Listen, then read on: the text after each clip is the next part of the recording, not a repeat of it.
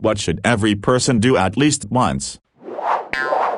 I know a lot of people are turned off by religion here, but honestly a lot of these simple things are found in religions. As for this, Matthew 6:3, but when you give to the needy, do not let your left hand know what your right hand is doing. And truly this goes a long way. I always feel people when speaking of their goodwill or the good things happening to them, it creates some aura in their head pressure, like when I see them again they are going to ask about this, and often us as humans work in cyclic behaviors, good bad good bad good bad bad good good, etc. So sharing things that are either in progress or championing yourself like good deeds, put some idea that you need to be that way 24/7 and expected to be that every time you are seen with an update on that particular thing, and this can lead to very timid responses and some self-doubt, disappointment when you get to these spots and have no update or have regressed back further than you were when shared. Always good to keep things of progress to oneself.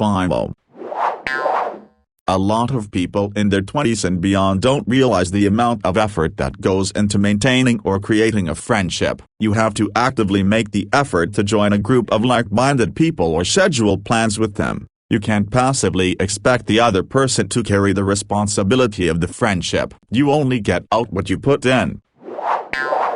I worked at a summer camp for several years. It was not uncommon for kids to be homesick the first couple of nights. Every once in a while we would get parents that would call the camp because they wanted to check that their kid was doing well. One time we had a mom call 5 times on the first evening to check that her kids were doing okay. The 5th time the camp's receptionist asked the mom if she was okay. It turned out that her husband was away on a business trip, and with the kids off at camp she was alone in a house for the first time in her entire life, and it was freaking her out. I moved out of my parents' house when I was 19 and had a couple of roommates for a short time. I met my future wife when I was 20, which was just shy of 20 years ago. I moved on from my roommates into a home with her, and we've been together ever since. Since we are very happily married and our relationship only gets stronger as time goes on. I'll only be living alone if I outlive my wife. That thought is pretty damn depressing, so I hope to not take your advice. At least not for a long time. Excellent suggestion. Living alone, if even only for a little while, forces you to learn a lot of stuff you didn't see coming. Physically, emotionally, structurally, philosophically. Doesn't matter if it's just a semester in a dorm room or a year in an apartment. You pick up a lot when you realize there's no one there to carry you. Everything has to be done by you alone. Plus you can just get down to boxers immediately after work and eat supper off your chest like a goddamn otter. I loved it so much. I did that. I was moving and took the scenic route, spent about 3 full weeks casually moving from place to place, stuck around a few days in a couple spots. It was a great experience overall, especially having the freedom to change plans on a whim without having to consider anybody else. But man, I was craving some human interaction by the time I was done. Really started dragging me down the last week or so. Yes, as a 15-year-old I had entered the adult life with a job at McDonald's, and it really made me come to my senses about reality. I was initially crazily excited about working, meeting new people and earning money, but boy, I really was not expecting to meet the people I did. Some unreasonably rude, abusive, incomplete task customers who ruin your week, but also some sweet, friendly customers who greet you before you even get the chance to ask you if you're okay after seeing you deal with a rude customer, are patient with you when it's busy or you're a slow, new worker still figuring the work system out. Customer service jobs are definitely a good experience, and learning patience and empathy really reminds you to always be kind to all customer service employees. Smile. Maybe you and me have different ideas of shed in the woods. I was hiking through a sweltering cypress swamp in Florida this summer and felt the sharp pain of bubble gut. I was already drenched in sweat from the 95% humidity, but this added another layer of heat to my discomfort. I was 45 minutes from my car and estimated I would lose control of my bowels in 15. As I hurried down the trail, I found a patch of scrub palms that would conceal me from view and ducked behind. I dropped through, went to an extreme squatting position, and with a single explosive burst, expelled the demonic load while anxiously looking over my shoulders for hikers. I hadn't anticipated this emergency situation and had no way to clean myself. Thinking quickly, I saturated my boxers using drinking water from my camel buck, cleansed myself, and discarded the soiled cloth. Biting flies began to swarm, so I exited as quickly as possible. 05 would not recommend.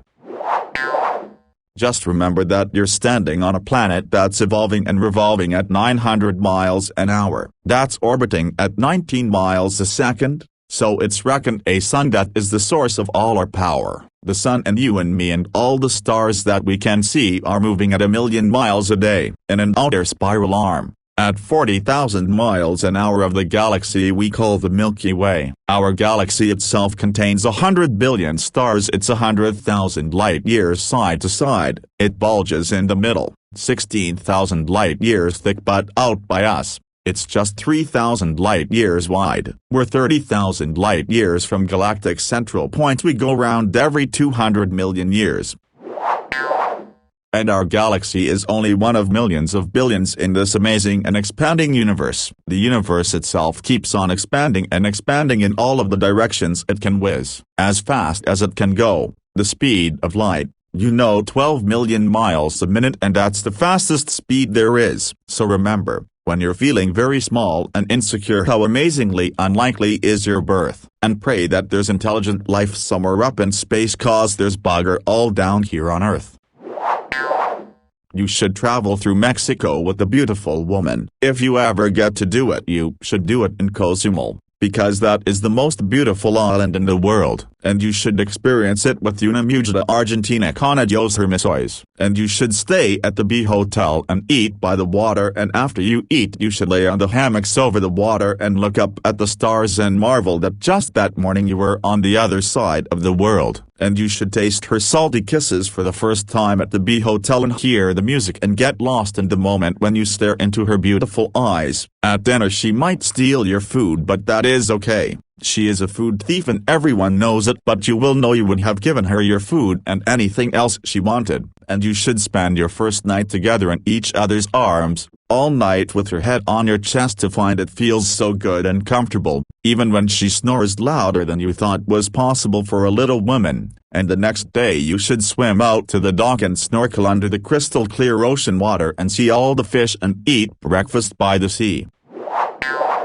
And you should teach her to drive a scooter because she has never driven one, and you can laugh when she tries driving for the first time. And when it is your turn to drive, you should drive as fast as you can down the coastal road with her arms tight around your chest. And when the rains come you won't even care because it is still so warm, and she will put her legs out and laugh when they get splashed and yell "I love this" through the rain. And you should go to the Ibarra Star even though you will only see the room and mostly only the bed. And you should teach her about the music of Otis Redding. Every woman should know about Otis Redding because he is the greatest singer of all time. And you should feel her on top of you for the first time, writhing in ecstasy, giving her body to you. And you should drive the scooter further down the coast and go to La Playa Palancar and teach her to skip rocks and stare disbelieving when you find a cowboy hat you like and you try to negotiate, but she says out loud that she loves it, so that's the worst thing. Everyone knows a man will not negotiate with another man whose beautiful woman has said she loves a hat on him. Per Westabian, because you will laugh about it later and tell her she is ruining your negotiations, but it is worth it.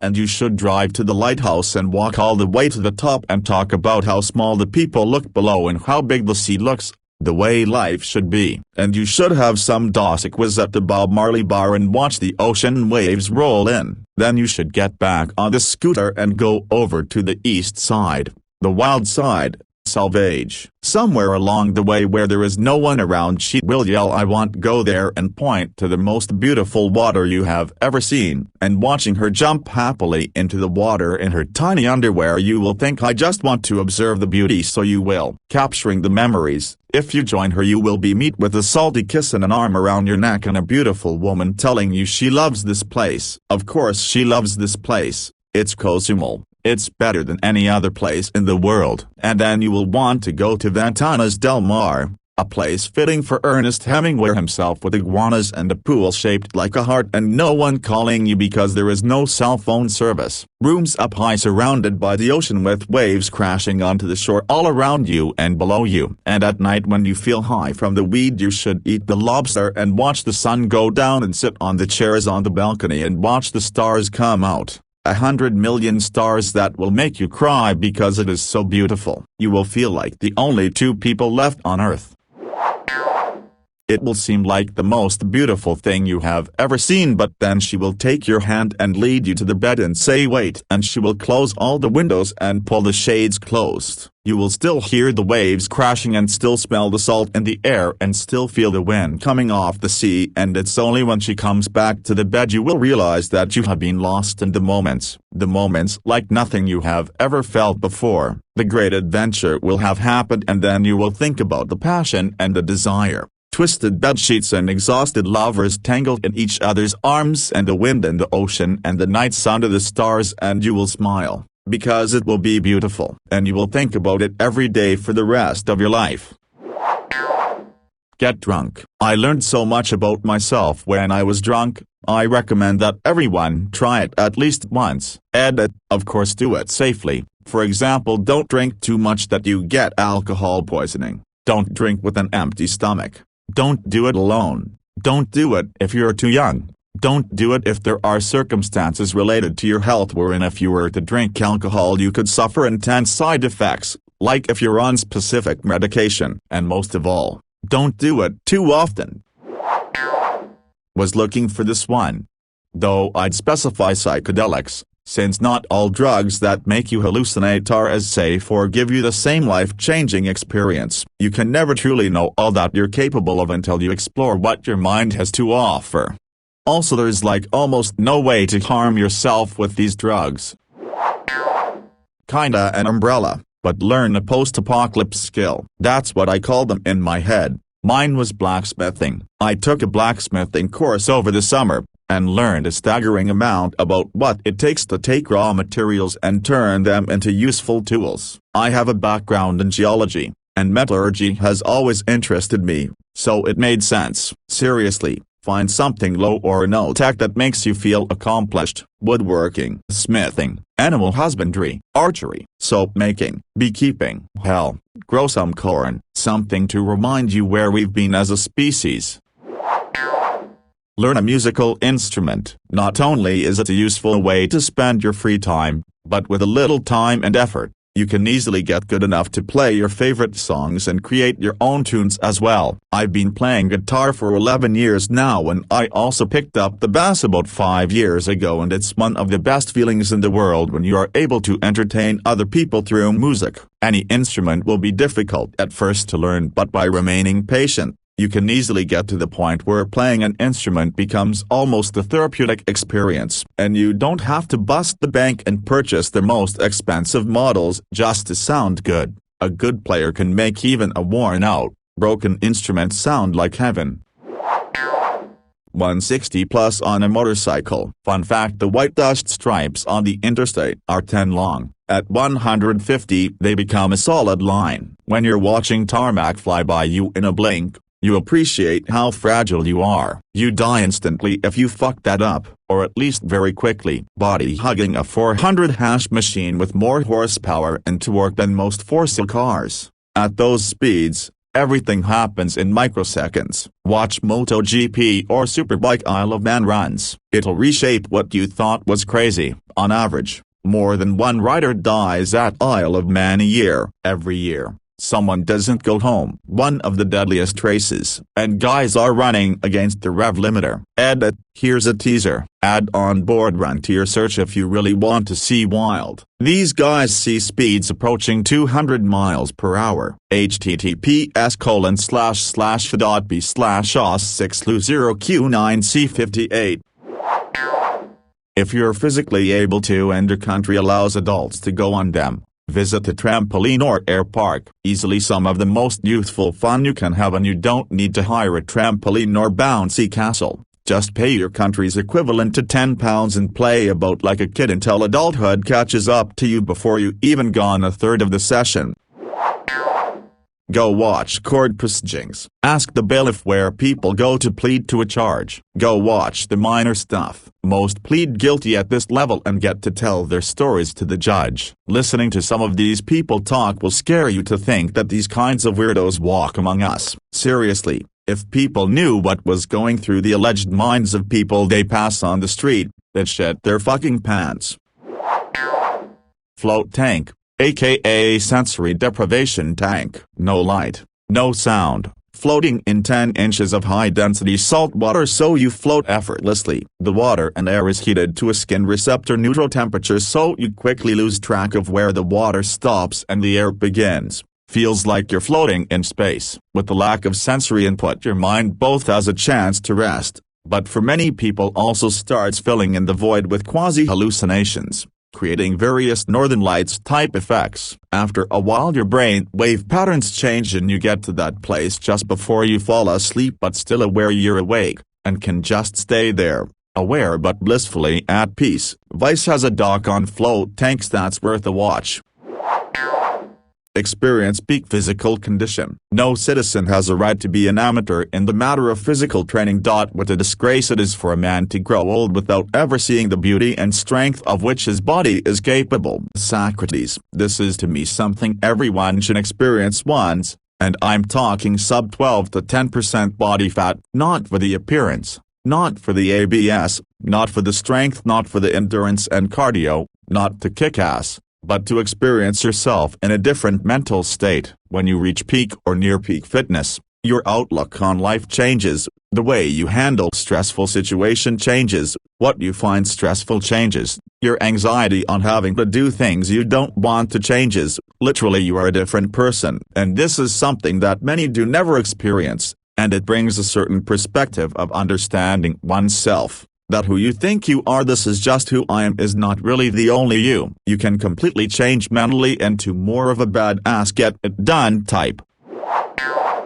Even if you don't prefer to be this flavor of yourself, it's still important to see the stark contrast in who you are unfit and fit. This can greatly enhance and show understanding that your physical health and mental health are uniquely bound together, and where you are physically can greatly impact whether you are pessimistic or optimistic. You literally can change your body, and nothing else about your circumstances in life change, and be happy when you were sad.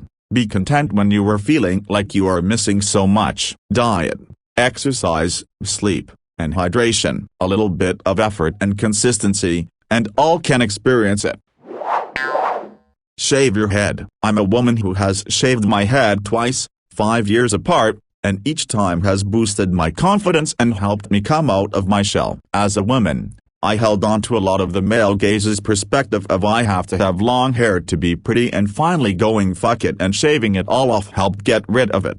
Shaving your head can be scary, especially if you've had long hair, but it's worth it. Just spend a few days completely out from the world. Politics, don't know, care. Social issues, don't know, care. Finances, health, friendships, enemies, items, etc. etc. In today's world, I fear sometimes the amount of information some of us take in might be a little too much in the long run. It's strangely nice to pretend like nothing exists outside of go to work, have a snack, chill, sleep. Important note, only for a few days, however. Visit your country's major historical places. Visit your country's states' capitals and the main capital. Maybe the capitals of the neighboring countries too, if possible. Can get quite a number of trips here in Europe. Visit a great museum. Try to see one of your favorite music acts live at least once. Do some voluntary work for your community. Experience nature consciously, without talking, taking pictures or other distractions. Learn to meditate. Speak your mind to someone who is bothering you and not give a shit about the consequences. For example, what you are doing is creepy / weird / uncalled for, and just remain truthful. Call them out if they lie or deny anything and tell them what you think of them. A lot of people can handle the truth and can be an eye-opener. It feels great and oftentimes ends up with them respecting you. It should never be a crime speaking the truth, and most people will respect it, not to mention you deserve to stand up for yourself.